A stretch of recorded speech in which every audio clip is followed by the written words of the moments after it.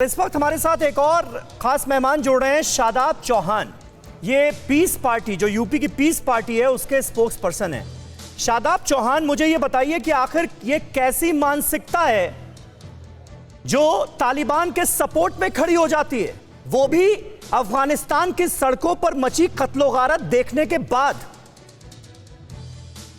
देखिए समीर भाई, जानकारी होना चाहिए, तालिबान अमेरिका की पीस डील में भारत सरकार का प्रतिनिधित्व पी कुमारन साहब कर रहे थे। हमारे 27,000 करोड़ के हाइड्रो प्रोजेक्ट हैं, हमारे नागरिक अभी वहाँ मौजूद हैं, हमारा दूतावास है। तो हम कोई बात ऐसी क्यों करें? जो सरकार बनी है उनसे बात होनी चाहिए। हम किसी को दुश्मन बना करके हमारा लाभ नहीं होगा। हम देश हित में बात कर रहे हैं कि हमें सारी चीजों को परिप्रेक्ष्य को देखते हुए भारत के हित। जी शादाब, बात बदलिए नहीं ना, आपकी पार्टी का जो रुख है वो खुलकर बोलिए। अब तो सब कुछ खुलकर बोला ही जा रहा है ना, किसकी क्या सोच है वो तो जाहिर हो ही रही है ना। आपने क्या कहा, मैं आपको बता देता हूं, सुनिए सुनिए सुनिए। आपने कहा कि तालिबान को शुभकामनाएं कि उन्होंने शांतिपूर्ण तरीके से सत्ता को हासिल किया। उम्मीद है कि वो अहकामे इलाही निजामे मुस्तफा का राज कायम करेंगे, जिसमें किसी भी नागरिक के साथ भेदभाव नहीं होगा, सबको न्याय मिलेगा। ये है आपकी सोच, ये है आपकी पार्टी की सोच। अगर हम ये कह रहे हैं कि सबको न्याय अगर मिलता है ये अच्छा होगा, भेदभाव नहीं होना चाहिए, महिलाओं के अधिकारों का हनन नहीं होना चाहिए, तो इसमें कौन सी गलत बात नहीं? आपको निजामे मुस्तफा आता हुआ नजर आ रहा है ना।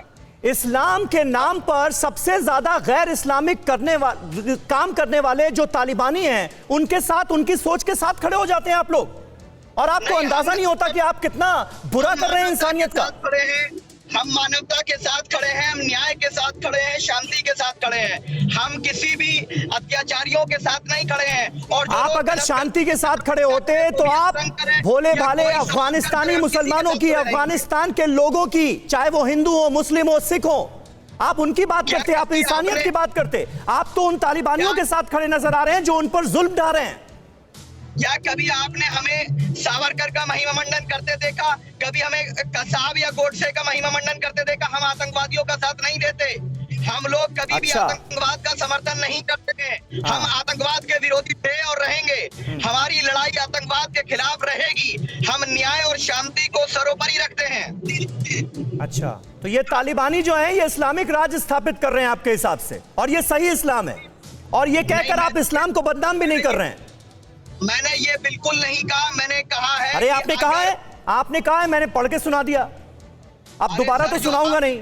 मुफ्ती कासमी, अब इस सोच का क्या जवाब है? मतलब खुलकर तालिबान का सपोर्ट किया जा रहा है और फिर भी कहते हैं कि हम आतंकवाद के साथ नहीं, हम तो जी शांति चाहते हैं, और शांति चाहते हैं इसलिए तालिबान का सपोर्ट कर रहे हैं, स्वागत कर रहे हैं, वेलकम कर रहे हैं तालिबान राज स्थापित हो रहा है अफगानिस्तान में। तो देखिए, मैं आपको बताऊं कि इस्लाम के नाम पर पूरी दुनिया में सबसे ज़्यादा गैर इस्लामी काम करने वाली तंजीम जो है वो तालिबान, अल-कायदा, जैश मोहम्मद और लश्कर तैयबा जैसी दहशतगर्द और गंदी तंजीमें हैं, बिल्कुल, जिन्होंने इस्लाम की छवि को एक डरावनी शक्ल दी है पूरी दुनिया के अंदर। और इस्लाम जो अमन व शांति का एक मज़हब था, प्यार मोहब्बत का एक मज़हब है, उसको इन्होंने ऐसी शक्ल दी है और ऐसी उसको गंदी जहनीत लोगों के दिलो दिमाग में डाली है कि मुसलमान आतंकवादी होता है, मुसलमान टेररिस्ट होता है, मुसलमान दहशतगर्द होता है। मैं शादाब चौहान जैसे लोगों से ये पूछना चाहता हूँ कि यहाँ आप RSS पर सारा इल्ज़ाम रख दोगे, बजरंग दल पर रख दोगे, विश्व हिंद परिषद पर रख दोगे, सीरिया में किस पर रखोगे, इराक में किस पर रखोगे, यमन में किस पर रखोगे, अफगानिस्तान में किस पर रखोगे, और पूरी दुनिया में 50 ममालिक इस्लामी इस तरह के आतंकवाद से जो जूझ रहे हैं, वहाँ कौन सी RSS काम कर रही है? वहाँ कहाँ मोदी जी चले गए हैं? वहाँ कहाँ भारतीय जनता पार्टी चली गई है?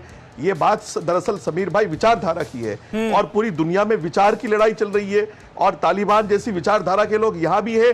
मैं तो व्हाट्सएप ग्रुपों में और फेसबुक में खुलेआम देख रहा हूँ जो तालिबान को हिमायत कर रहे हैं, और ऐसा मालूम हो रहा है जैसा कि इन्हीं की हुकूमत वहाँ आ गई हो। ये कौन सी सोच है, यही मैं समझने की कोशिश कर रहा हूँ। मतलब तालिबान का सपोर्ट कर रहे हैं हिंदुस्तान जैसे अजीमोशान मुल्क में बैठकर, ये सोच क्या है? मतलब इसके पीछे क्या वजह क्या है? यही तो टेररिस्ट विचारधारा है मेरे भाई, इसी को तो आप आतंकवाद की विचारधारा कह सकते हो। यहीं से तो आप दुनिया भर की बुराइयां निकाल सकते हो, यहीं से तो गंद निकलता है वो देश के खिलाफ, इंसानियत के खिलाफ, ईमान के खिलाफ, इस्लाम के खिलाफ। यहीं से, इसी विचारधारा से तो वो गंद निकलेगा। यहीं से तो हमारा यूथ और नौजवान खराब हुआ।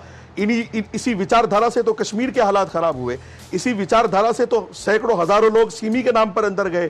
पॉपुलर फ्रंट में देखो, यही तो विचारधारा है।